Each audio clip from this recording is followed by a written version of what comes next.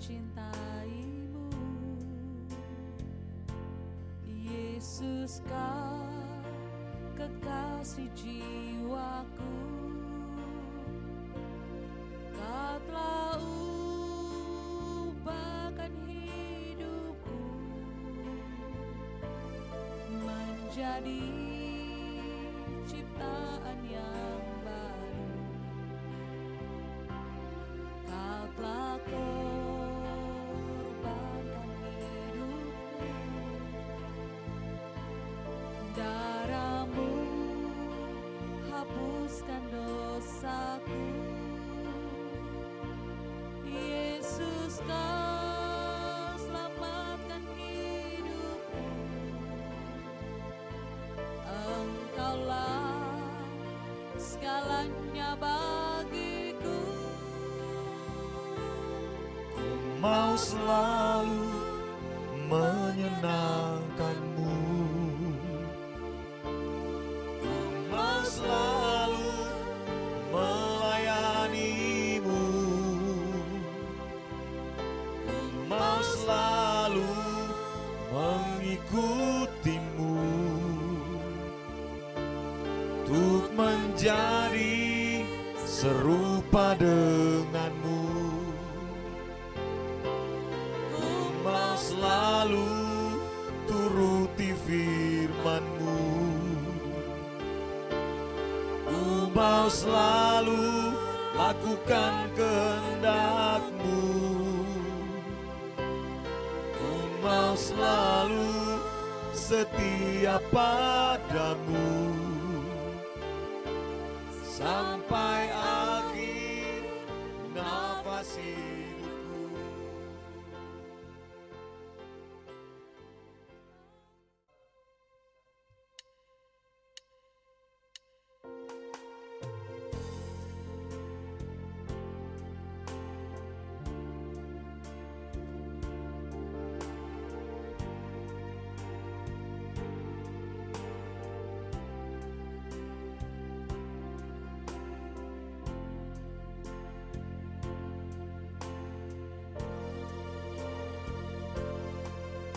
Betapa ku mencintaimu,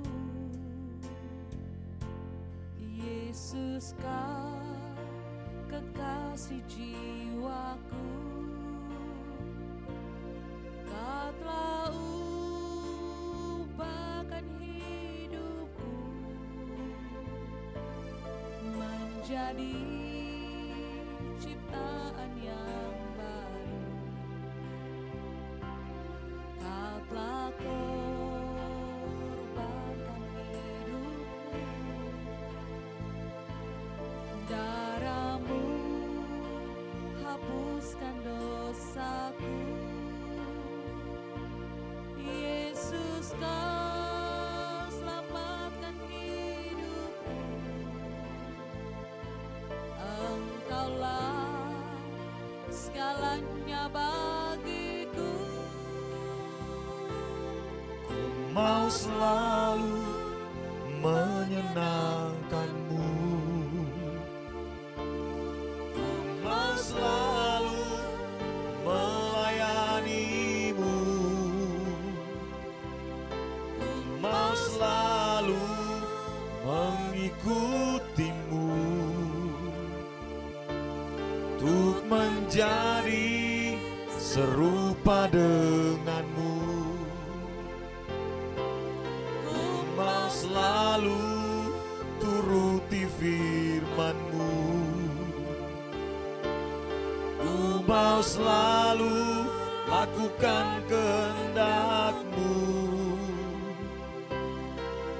mau selalu setia padamu sampai akhir nafas hidupku.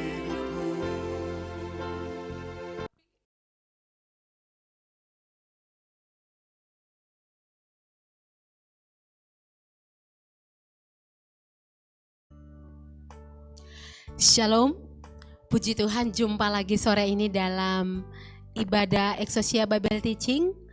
Percayalah bahwa sore hari ini Tuhan akan berbicara kepada setiap kita. Mari siapkan hati kita Bapak Ibu yang ada di rumah. Mari kita mau memberikan hati kita. Biarkan Tuhan berbicara kepada kita sore hari ini. Kita mau mengangkat setiap pujian penyembahan kita kepada Tuhan. Membiarkan Tuhan berkarya dalam kehidupan kita. Mari kita tundukkan kepala. Kita berdoa, Bapa kami bersyukur Tuhan buat sore yang indah ini. Kami membawa hati kami, hidup kami Tuhan. Kami mau memuji kebesaran-Mu Tuhan. Sebab hanya Engkau Tuhan yang layak untuk disembah. Dikuduskan layakkan semua kami sore ini Bapa. Sebab kami mau tinggikan Engkau Tuhan. Terima kasih Bapa. Mari Bapak Ibu kita siapkan hati kita angkat pujian. Ku beri kemuliaan hanya bagi-Mu Tuhan. Sebab hanya Dia yang layak untuk disembah. Terima kasih Tuhan.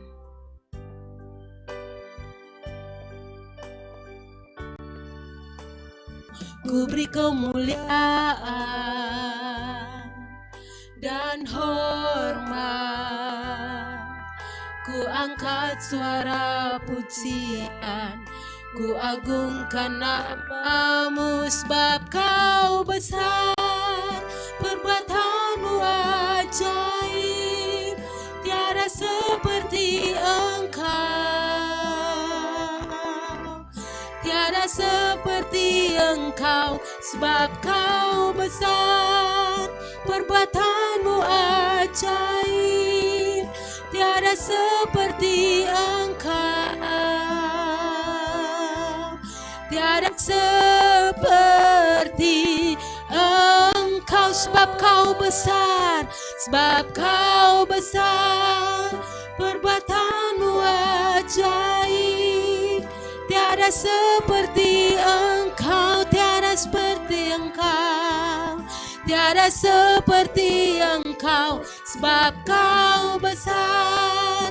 Perbuatan-Mu ajaib, tiada seperti Engkau, tiada seperti Engkau, tiada seperti, tiada seperti Engkau, tiada seperti Engkau Tuhan, tiada seperti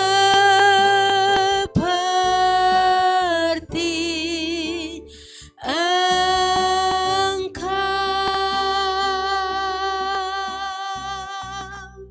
Kami memuji-Mu Tuhan, kami tinggikan nama-Mu.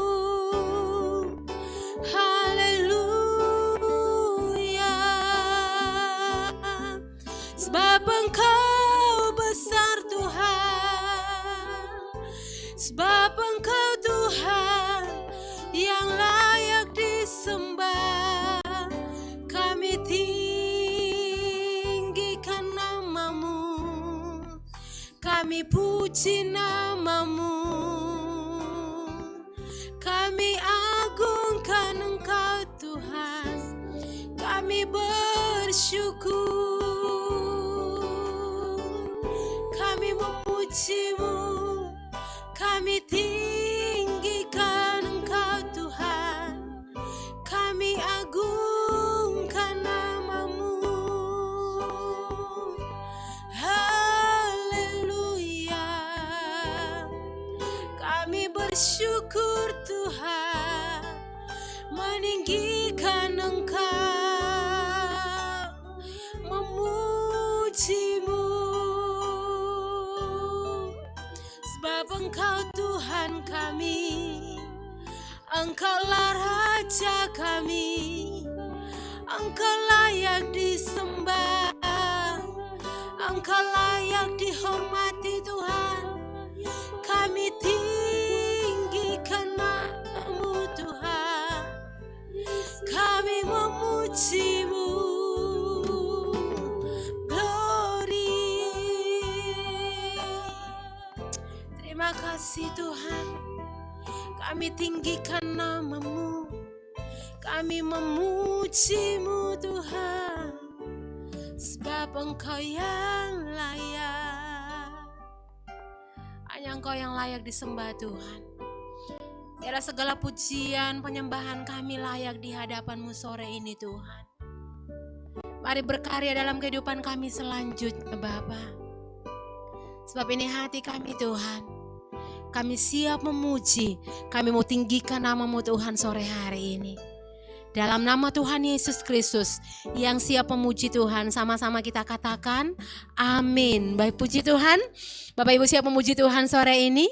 Yang ada di rumah boleh kita semua bangkit berdiri. Kita mau bersyukur sebab tiap langkah kita diatur oleh Tuhan. Dan biarlah sore hari ini pujian sembah kita naikkan kepada Tuhan. Mari kita angkat pujian ini bersama-sama. Tiap langkahku diatur oleh Tuhan. Mari bertepuk tangan bersama Bapak Ibu.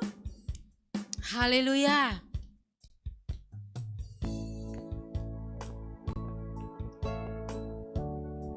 Kita bersyukur sebab tiap langkah kita diatur oleh Tuhan.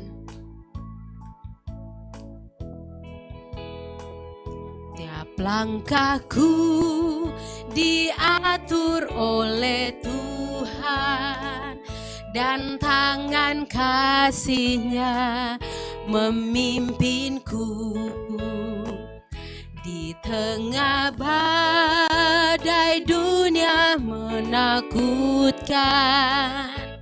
Hatiku tetap tenang teduh.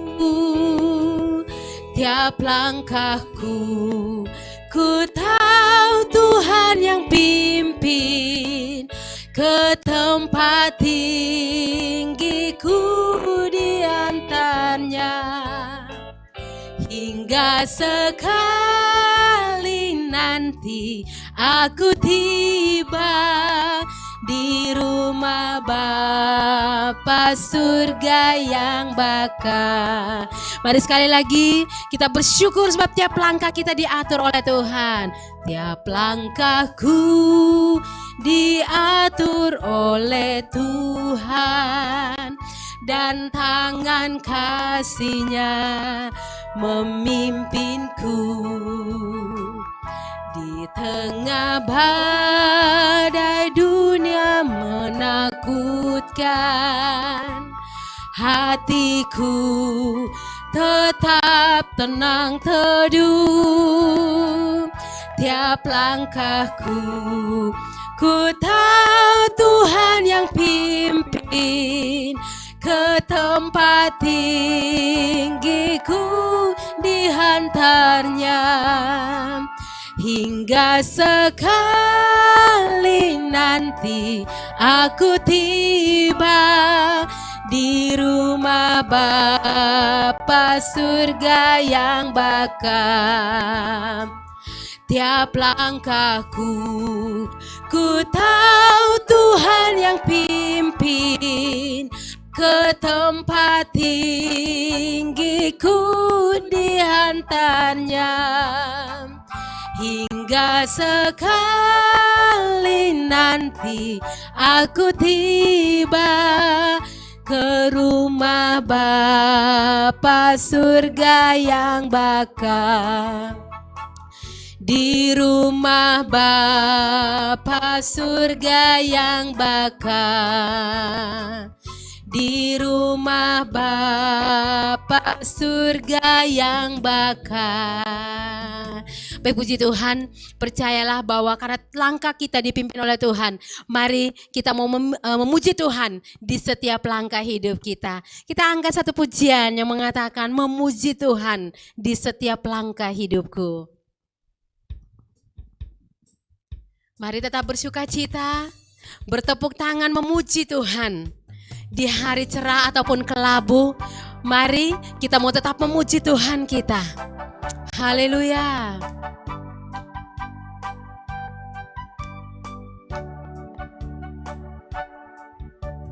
Memuji Tuhan di setiap langkah hidupku. Di hari cerah dan kelabu, segala keadaan, susah atau senang, selalu ku puji nama Tuhan. Sekali lagi katakan memuji Tuhan. Muji Tuhan di setiap langkah hidupku. Di hari cerah dan kelabu, segala keadaan, susah atau senang, selalu ku puji nama Tuhan. Dalam semua Allah bekerja agar aku jadi dewasa. Sekarang ku tahu mulia jalanmu, menjadi sempurna diriku. Mulutku memuji dan jiwaku menyembah. Hanya Engkau yang layak, hanya Engkau yang layak, hanya Engkau yang layak ditinggikan dalam semua alat bekerja. Dalam semua Allah bekerja agar aku jadi dewasa. Sekarang ku tahu mulia jalanmu, menjadi sempurna diriku. Mulutku memuji dan jiwaku menyembah. Hanya Engkau yang layak, hanya Engkau yang layak, hanya Engkau yang layak ditinggikan. Hanya Engkau yang layak, hanya Engkau yang layak, hanya Engkau yang layak, hanya Engkau yang layak ditinggikan. Sebab hanya Dia yang layak untuk ditinggikan. Puji Tuhan. Baik Bapak Ibu silakan duduk kembali. Kita akan mempersiapkan hati kita untuk sore hari ini. Biar segala yang kita lakukan menyenangkan hati Tuhan. Biar semua yang kita lakukan memuaskan hati Tuhan. Biar ini menjadi kerinduan kita. Dan tekad kita di hadapan Bapa. Terima kasih Tuhan. Kami siapkan hati kami Tuhan, mari berbicara kepada semua kami sore ini. Kami mau menyenangkan Engkau Tuhan. Kita angkat pujian ini semua yang menyenangkan hati-Mu.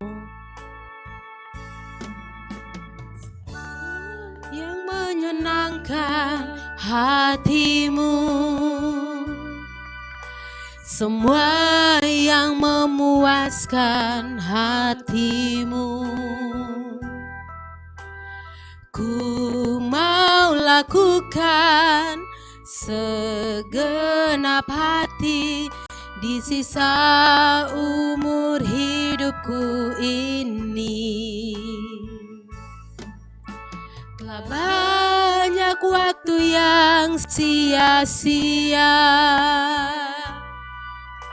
tak ku lakukan kehendak Bapa. Sekarang saatnya takkan ku tunda membuktikan cintaku dengan nyata.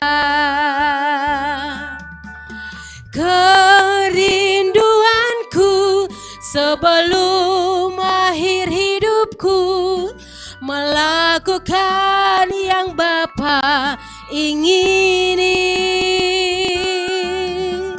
Segenap hidupku sebagai persembahan yang berkenan di hadapan Tuhan.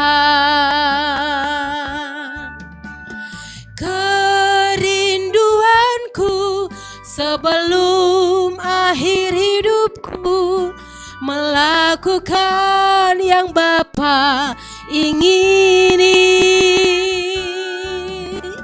Segenap hidupku sebagai persembahan yang berkenan di hadapan Tuhan.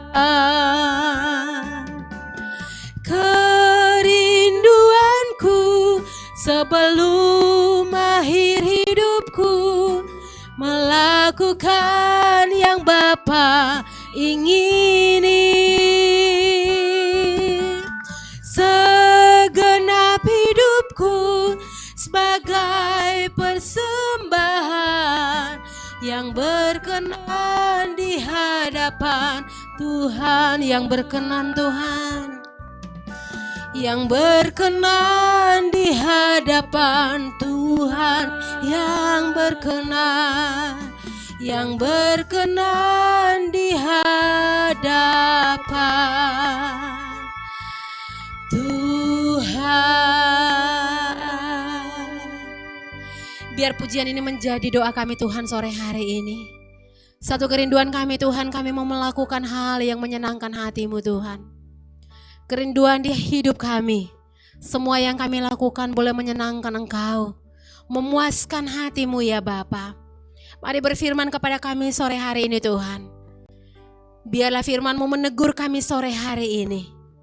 Firman-Mu menguatkan kami, memperbaiki kami Tuhan, meluruskan jalan-jalan kami yang salah. Kami buka hati kami Tuhan sore hari ini. Kami mau dengar firman-Mu. Urapi hamba-Mu yang akan menyampaikan firman-Mu Tuhan sore hari ini. Sebab kami semua siap untuk mendengarkan. Dalam nama Tuhan Yesus Kristus kami berdoa dan kami siap mendengarkan firman Tuhan. Haleluya, amin. Baik, puji Tuhan, saya serahkan kepada Pak Joni.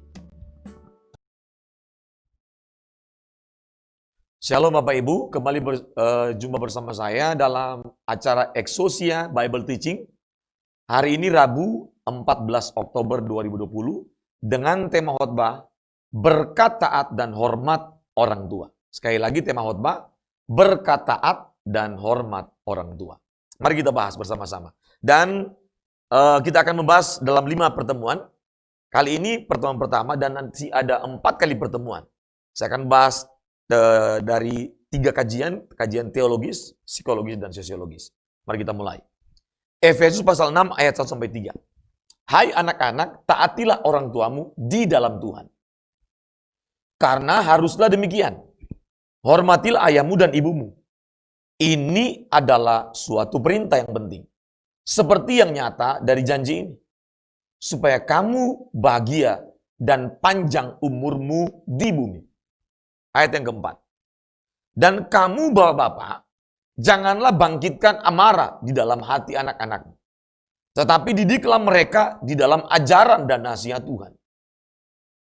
Dalam terjemahan AYT untuk ayat 4 bunyinya begini.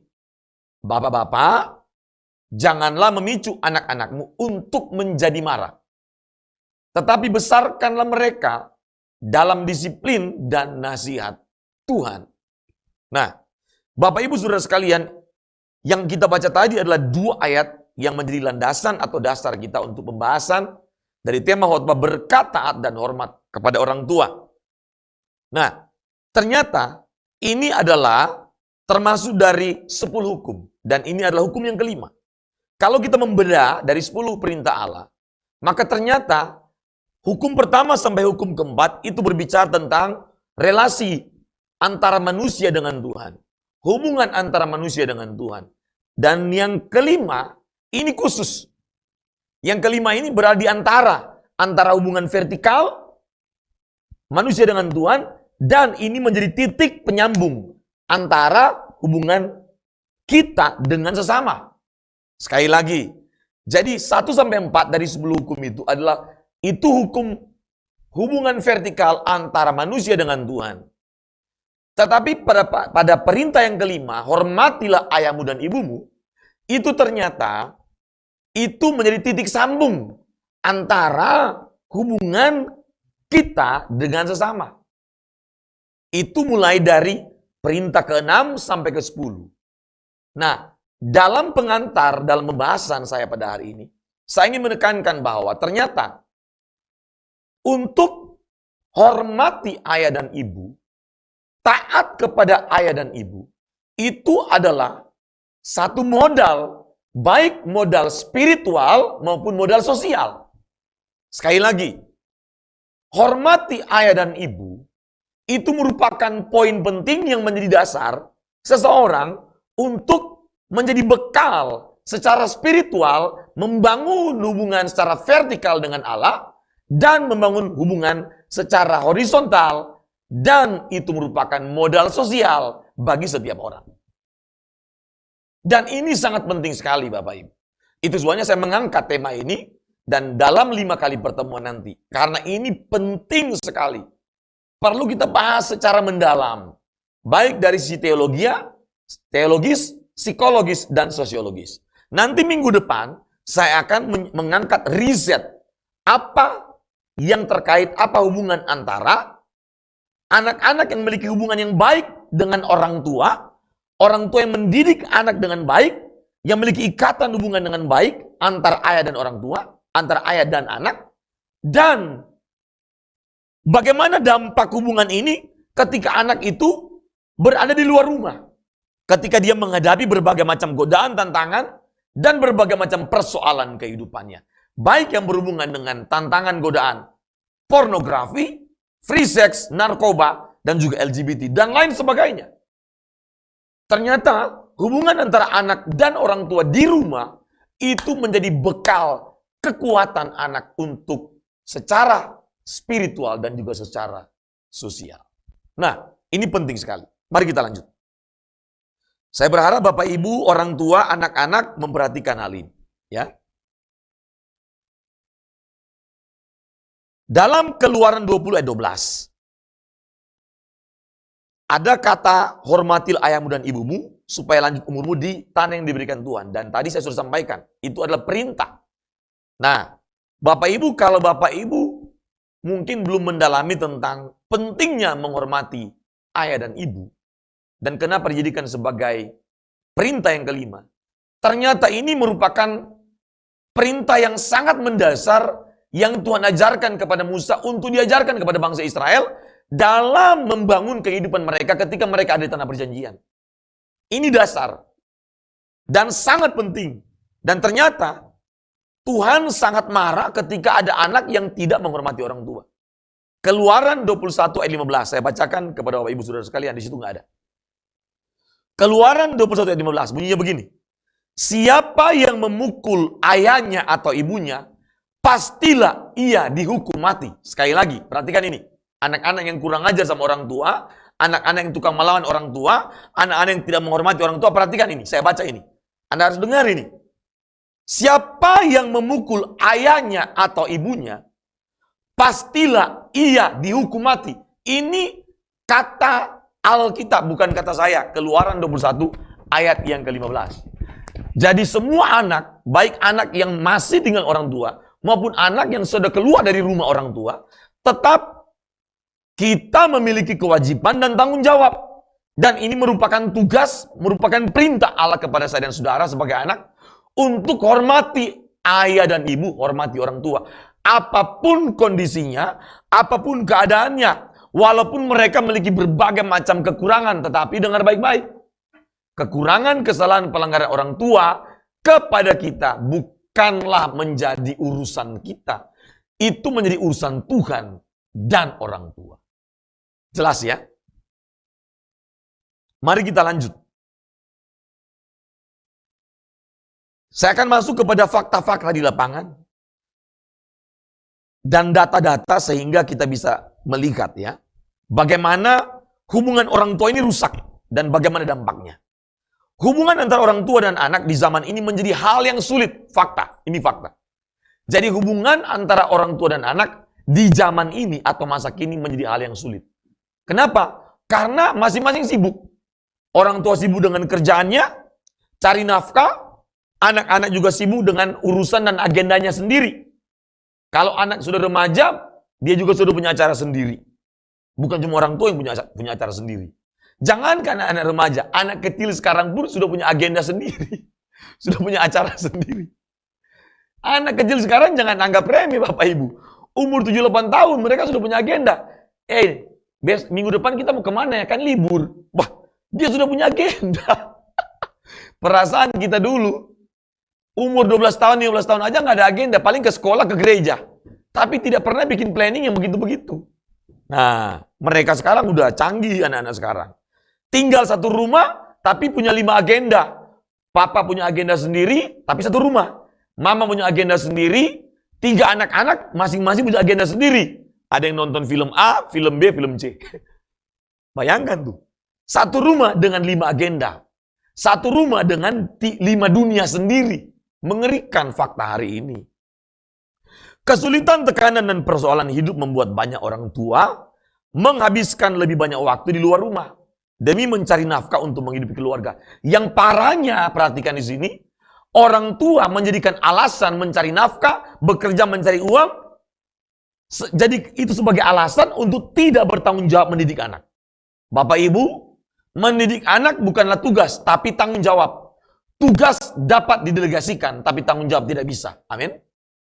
Tugas dapat didelegasikan, tapi tanggung jawab tidak bisa. Arti tugas dapat didelegasikan begini, tugas sapu rumah, sapu halaman, cuci piring bisa dikasih ke orang lain, betul? Suruh orang lain yang kerjakan bisa, membantu di rumah, asisten rumah tangga boleh. Tapi mendidik anak tidak bisa diserahkan kepada pembantu. Halo? Termasuk mendidik anak tidak bisa diserahkan ke opa-oma. Karena dikatakan Alkitab, hai anak-anak, hormatilah ayahmu dan ibumu. Bukan hormatilah opamu dan omamu. Jangan diganti. Apalagi ada yang ganti. Hai anak-anak, hormatilah kepada mbakmu, bibimu di rumah. Bukan, gak ada. Di Alkitab jelas. Hai anak-anak, hormatilah ayahmu dan ibumu. Karena apa? Itu perintah. Perintah artinya tidak dapat ditolerir untuk tidak dikerjakan. Wajib mutlak dikerjakan. Wajib mutlak untuk dituruti. Ya, jadi itu wajib. Tugas dapat didelegasikan, tanggung jawab tidak bisa. Jelas? Jangan dibenturkan antara tanggung jawab mencari nafkah, tanggung jawab mencari uang dengan apa? Dengan tanggung jawab mendidik anak. Tidak bisa. Dua melekat dalam satu diri orang tua. Dalam diri orang tua. Baik mencari nafkah maupun mendidik anak. Dua-dua ada dalam tanggung jawab satu orang tua. Tidak boleh itu dibenturkan. Harus berjalan bersama-sama. Maka butuh orang tua yang matang dewasa untuk manage dengan bijaksana waktu ini untuk dilakukan baik mencari nafkah maupun mendidik anak. Ya, lanjut. Kondisi orang tua yang penuh dengan kesulitan, persoalan dan tekanan tanpa sadar dibawa ke rumah dan menjadi kondisi yang menekan anak. Orang tua sibuk kerja sampai betul-betul habis tenaga, persoalan banyak, mungkin bosnya tekan orang tuanya di kantor. Emosi orang tuanya tidak bisa melampiaskan kepada bos. Kenapa? Dia anak buah. Emosi itu ditahan, pulang ke rumah, istri anak atau suami anak dapat pelampiasan emosi dari orang tua. Dari kita. Itu fakta. Makanya tidak bisa dipungkiri. Fakta di lapangan banyak anak-anak yang jadi korban, dipukul. Papanya baru pulang dari kantor, betul? Kenapa? Papanya udah capek. Ya, berantem dengan bos, berantem dengan rekan kerja, pulang ke rumah, anak bilang, "Papa begini-begini." Wah, udah tuntut A, B, C, D. Atau istri bilang, beli sepatu, kenapa tetangga sudah sepatu baru, saya sepatunya 2 tahun lalu, Papa. Padahal ternyata belum terima gaji. Papa stres, suami stres, ayahnya stres, ya. Akhirnya apa? Emosi, bisa pukul istri, bisa pukul anak. Nah, ini fakta. Sebuah siklus kehidupan yang akhirnya membudaya di tengah masyarakat modern ini. Dan sepertinya sudah diterima sebagai realita kehidupan yang tidak terhindarkan. Artinya begini, ini sudah siklus, Pak. Pergi pagi pulang malam, tidak bisa lagi diubah, Pak. Sudah nggak mungkin ada waktu saya. Sekarang corona. Oke, Bapak Ibu, mau apapun kondisi kita, mau kerja di rumah, kerja di kantor. Kalau memang dari awal kita tidak setting, tidak memiliki kesadaran bahwa orang tua punya tanggung jawab mendidik anak, kita akan tidak bisa mendidik anak. Apapun kondisi, mau normal, new normal, apapun. Mau kerja di rumah, di luar rumah, sama. Kenapa? Dasarnya kita tidak memiliki tanggung jawab. Tapi kalau misalnya kita punya tanggung jawab, kita tahu bahwa ini tanggung jawab harus didik anak, harus tuntun anak ini, harus bimbing anak ini, harus kita muridkan anak ini. maka tidak ada alasan mau sibuk dan segala macam. Tidak ada alasan. Lanjut. Sampai mencapai titik puncak, faktanya banyak dijumpai hubungan orang tua anak yang buruk. Ya, ini fakta Bapak Ibu. Bukan satu dua rumah tangga, banyak sekali. Karena saya sering seminar parenting di mana-mana. Wah, banyak sekali hubungan orang tua dan anak itu tidak baik. Buruk. Bahkan mohon maaf, ada anak yang dendam sampai papanya mati. Dendam sampai ayahnya mati. Mengerikan Bapak Ibu. Ada anak yang dendam sampai mamanya mati. Dendam. Ada yang sudah pendeta pun masih dendam sama ayahnya. Tapi ayahnya sudah meninggal. Bayangkan, kenapa? Hubungannya rusak, buruk. Dan ingat baik-baik, setan, iblis sejak dulu, dia punya satu visi. Untuk apa? Memisahkan hubungan manusia dengan Tuhan, dan memisahkan hubungan antara orang tua dan anak. Betul? Maka Alkitab mencatat, ketika dibuka perjanjian baru, maka Lukas pasal pertama bilang begini, aku akan membuat hati bapak-bapak berbalik kepada anak-anak. Itu pesan Maleaki, dan pesan Lukas sama. Aku akan membuat hati bapak-bapak berbalik kepada anak-anak. Makanya Paulus bilang, bapak-bapak, janganlah memicu, menstimulus, merangsang, menyebabkan anak-anakmu menjadi marah. Janganlah orang tua menjadi penyebab anak-anak memiliki amarah, dendam, kesumat, benci, marah yang meledak-ledak akibat kesalahan orang tuanya. Jangan. Harus dipastikan itu tidak boleh orang tua menjadi penyebab anak marah. Jelas ya? Ini Paulus sudah wanti-wanti ribuan tahun yang lalu. Fakta kekerasan orang tua terhadap anak yang bahkan sampai menimbulkan kematian. Kita juga mendengar tentang kekerasan anak terhadap orang tua. Jadi bukan cuma orang tua yang pukul anak pun pukul orang tua. Banyak anak yang kurang ajar. Orang tua tidak diizinkan tinggal di rumah. Padahal waktu dia masih kecil, Bapak Ibu, orang tuanya urus dia dari mulai lahir sampai besar. Puluhan tahun tinggal dengan orang tua kasih makan. Ketika dia sukses, dia punya istri, dia punya suami, dia punya anak-anak, dia punya keluarga. Orang tua menumpang pun tidak mau dia. Halo? Tidak mau. Disuruh kirim ke panti jompo. Waduh, bukan salah. Tapi, ini anak nggak tahu diri. Bayangkan waktu kita masih kecil, usia 0 bulan sampai 6 bulan, kencing, berak, tidur, kerjaan kita cuma begitu aja. Kencing, berak, tidur, kencing. Cuman itu, anak namanya anak bayi. 0 bulan sampai 6 bulan cuma kerja itu. Nggak ada kerjaan yang lain. Tapi orang tua nggak pernah mengeluh Bapak Ibu. Amin. Tidak ada orang tua yang mengeluh. Tukang kencing nih. Kerjaan cuma kencing terus, berak terus. Nggak ada orang tua begitu. Paling pas sudah kencing, walaupun sudah kencing ya.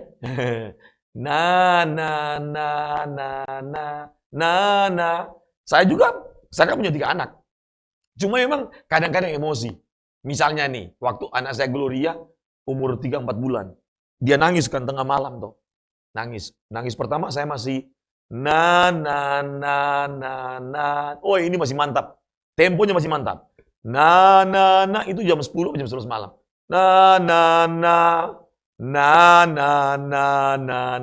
Ternyata ditambah nangis. Wow. Nah, ada saya mulai tambah kencang nada, cepat namanya. Dia tambah nangis lagi. Wah. Saya punya tempo tambah naik seiring dengan emosi saya. Kenapa? Ternyata 10 menit nggak berhenti. Dia menangis terus, mungkin setengah jam ada lebih lagi. Tapi kita orang tua tidak mungkin buang, tidak mungkin.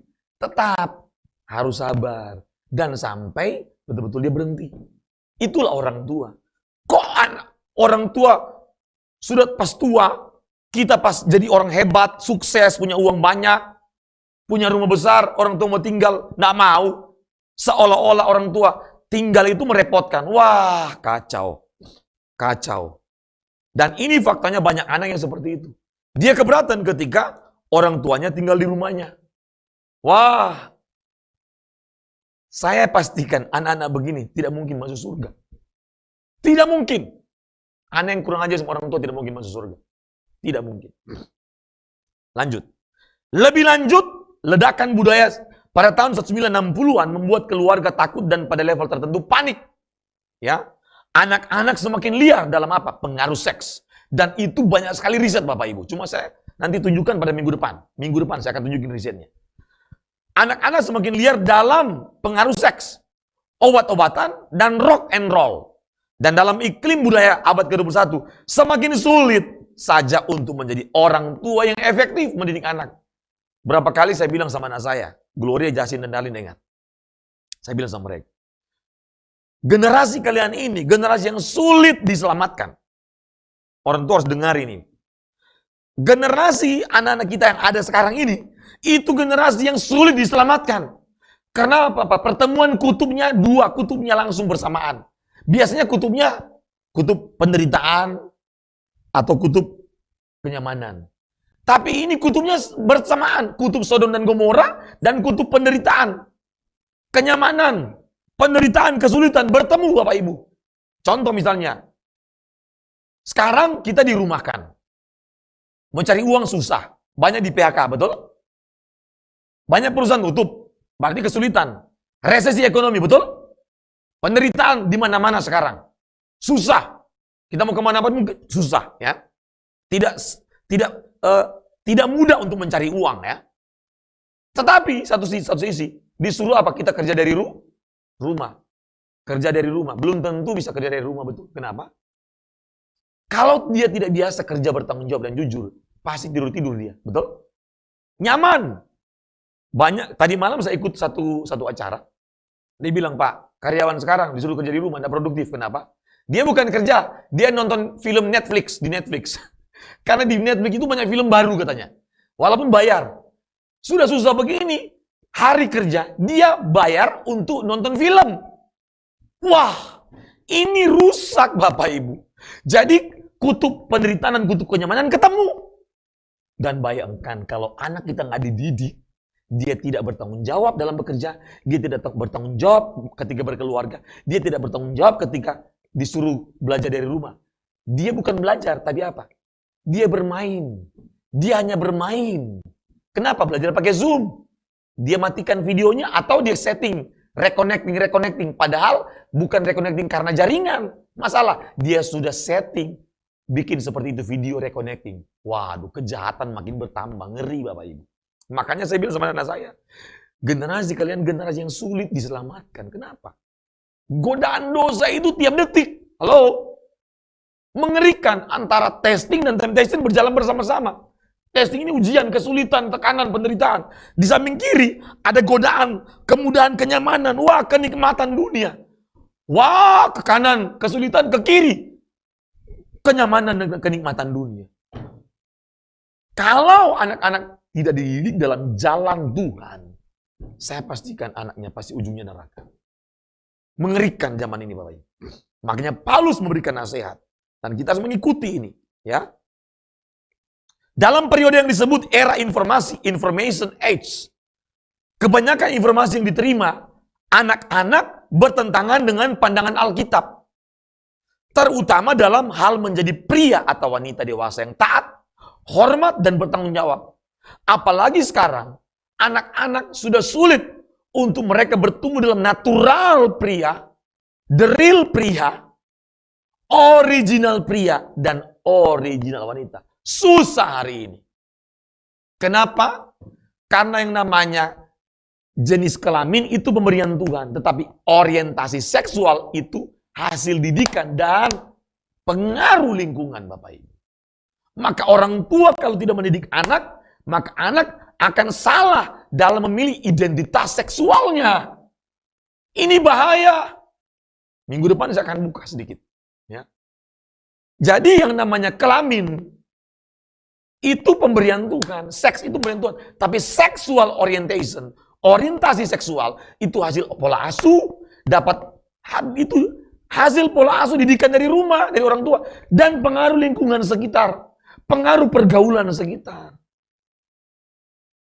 Harus kita yang didik. Tidak bisa mereka dibiarkan berkembang sendiri. Anak-anak kita bukan hewan, Bapak Ibu. Mereka adalah makhluk yang sangat mulia, manusia yang sangat mulia, segambar dan serupa dengan Allah. Ya. Berikutnya, pandangan-pandangan pluralistik yang disampaikan melalui televisi, perhatikan Bapak Ibu. Film, internet, dan sistem pendidikan yang salah, sistem pendidikan yang non-Kristen, yang sekuler, kerap kali menimbulkan kebingungan dalam pemikiran anak muda hari ini. Apalagi berbagai macam pengajaran-pengajaran yang dari sekuler, nilai-nilai sekuler mulai mempengaruhi pikiran mereka. Dan kalau anak-anak kita tidak dididik dengan benar, mereka tidak memiliki filter yang baik, mereka tidak memiliki tembok, pagar perlindungan atas moralitas mereka, atas iman mereka, atas karakter mereka. Dan mereka sangat rentan untuk dipengaruhi, untuk disesatkan oleh nilai-nilai sekularisme hari ini. Ini sangat berbahaya. Ini zaman yang jahat, Bapak Ibu. Setiap zaman punya spirit. Dan zaman sekarang spiritnya spirit hedonisme. Spirit materialisme. Mengerikan, Bapak Ibu. Sangat mengerikan. Apalagi sistem pendidikan kita yang sekuler. Itu menghancurkan sistem pendidikan Kristen yang betul-betul nilai-nilainya Alkitabiah. Tanpa kompromi. Karena sistem pendidikan Kristen harusnya dia tidak netral, Bapak Ibu. Jadi sistem pendidikan Kristen kita, baik di sekolah maupun di rumah atau di gereja, itu tidak netral. Kita tidak bisa netral karena warnanya jelas. Amin. Warna kita putih, tidak bisa abu-abu. Apa maksudnya pendidikan Kristen? Maksudnya netral adalah begini. Cuma satu yang kita tawarkan dalam pendidikan Kristen, cuma satu. Kristuslah satu-satunya penyelamat manusia. Amin. Anak-anak harus menjadikan Kristus sebagai Tuhan. Dan itu harus dididik. Dididik oleh orang tua dan guru-guru di sekolah.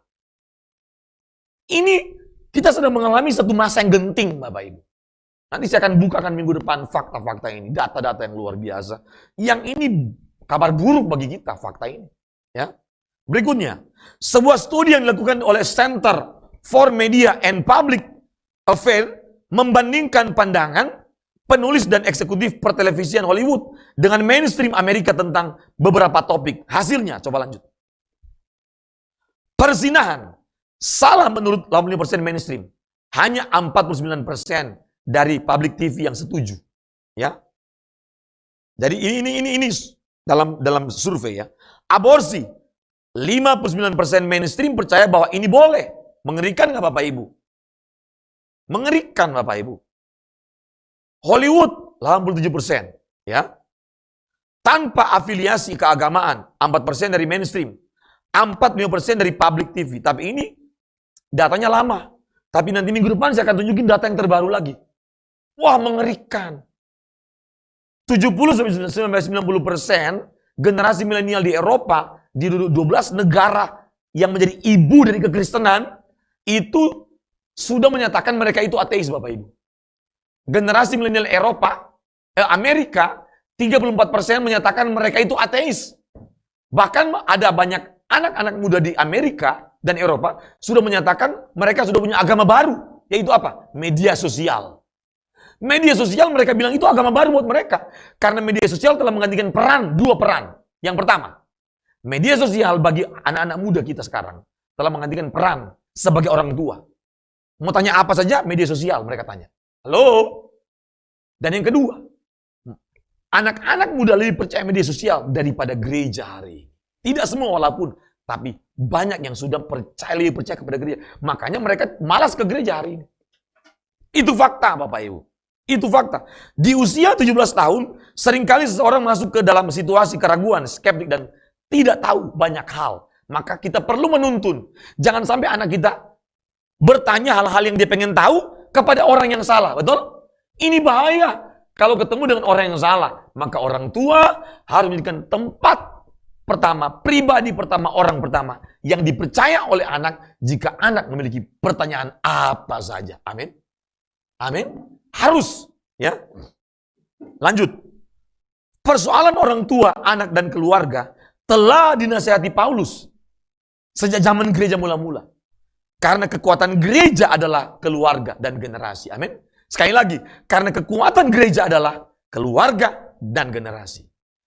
Amin. Kita lanjut minggu depan. Ya. Mari kita bangkit berdiri Bapak Ibu. Ini masih ada 4 kali pertemuan. Ya. Ku mau hidup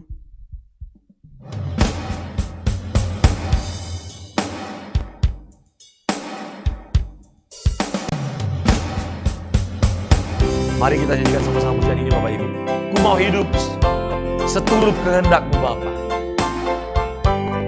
Ketaatan adalah karakter dasar.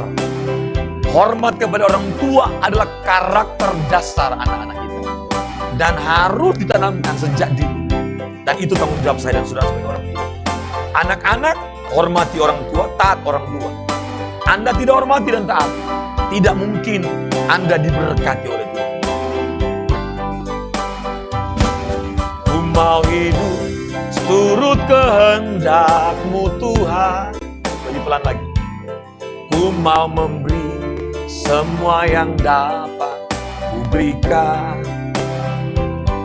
Ku mengasihi-Mu lebih dari semua, melayani-Mu di bumi, di surga. Kau ajarku hidup,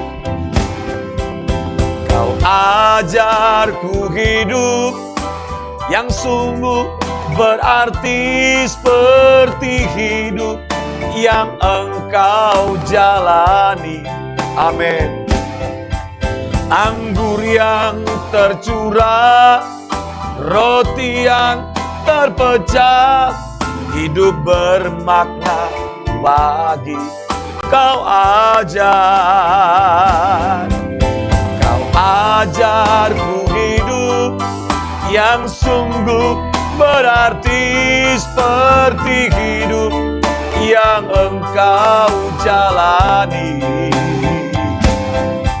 Anggur yang tercurah, roti yang terpecah, hidup bermakna bagi sesama. Hidup bermakna, hidup bermakna bagi sesama. Hidup bermakna, hidup bermakna bagi sesama.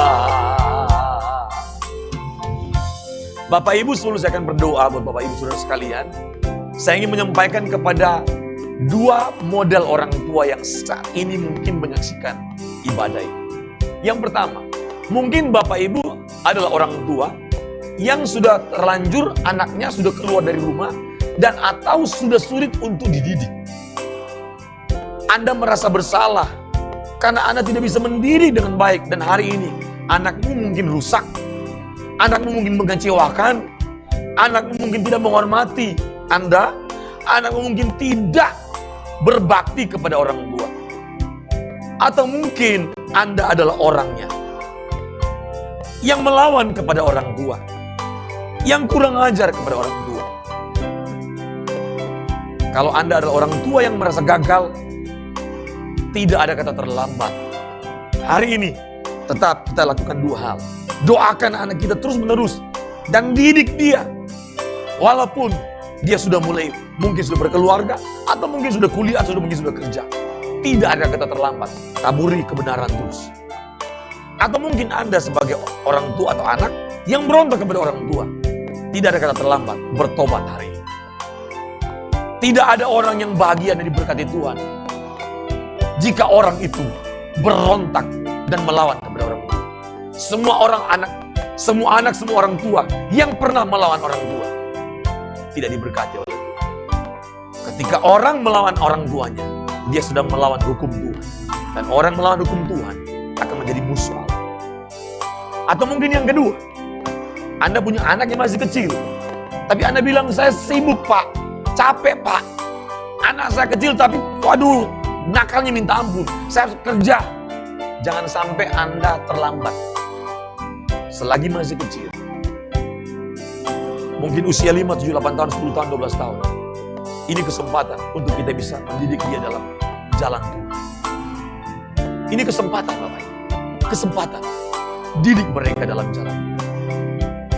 Karena warisan terbaik bagi anak adalah didikan yang benar yang kita bagikan. Yaitu bagikan Kristus, bagikan ajaran Kristus, bagikan nilai-nilai Kristus dalam diri anak. Maka itu menjadi bekal kekekalan bagi anak. Mari angkat tanganmu. Saya akan berdoa buat saudara. Bapa, setiap orang tua, setiap anak-anak yang ikut beribadah bersama kami dalam program EBT, Tuhan tahu setiap pergumulan persoalan mereka.